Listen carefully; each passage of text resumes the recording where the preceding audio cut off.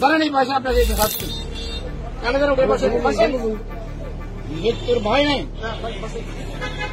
লক্ষ্মীপুরে রোজাদারদের সম্মানের প্রশ্নে উত্তেজনা ছড়িয়ে পড়েছে। বণিক সমিতির সভাপতি জনাব আজিজ মিয়া কয়েকটি দোকানে বেরোজাদারদের প্রকাশ্য খাবার খেতে দেখে ব্যবস্থা নিতে গেলে পরিস্থিতি আরও উত্তপ্ত হয়ে ওঠে। সূত্র জানায়, বুধবার কিছু ব্যবসায়ী অভিযোগ করেন যে কিছু দোকানদার দিনের বেলায় পর্দা টানিয়ে বেরোজদারদের কাছে খাবার বিক্রি করছে।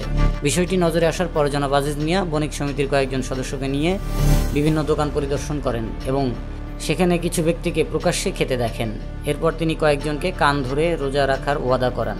তবে এ ঘটনায় শহরে বিভিন্ন মহলে মিশ্র প্রতিক্রিয়া দেখা দেয়। অনেকে এটি অপমানজনক ও অনৈতিক বলে মন্তব্য করেন। পরে কিছু রাজনৈতিক ব্যক্তি আজিজ মিয়ার বিরুদ্ধে থানায় অভিযোগ করেন, যার ফলে পুলিশ তাকে তলব করে। শেষমেশ তাকে ওই বেরোজদারদের কাছে ক্ষমা চাইতে বাধ্য করা হয়। এ ঘটনায় লক্ষ্মীপুর শহরের জনগণের মধ্যে ক্ষোভের সঞ্চার হয়। ক্ষুব্ধ জনতা চকবাজার মসজিদের সামনে বিক্ষোভ মিছিল করে এবং মাগরিবের নামাজের পর প্রতিবাদ জানিয়ে তীব্র নিন্দা প্রকাশ করে। শহরে উত্তেজনাপূর্ণ পরিস্থিতি বিরাজ করছে। আইন শৃঙ্খলা বাহিনী সতর্ক অবস্থানে রয়েছে যাতে পরিস্থিতি নিয়ন্ত্রণের বাইরে না যায়।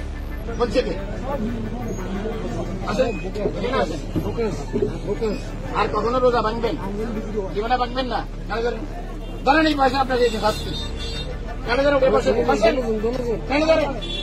আর কখনো রোজা ভাঙবেন না। বসে মৃত্যুর ভয় নেই। চুল পাকিয়ে গেছে, কয়েকদিন পরে কবরে ডাকতেছি, এখনো রোজা ভাঙতেছি।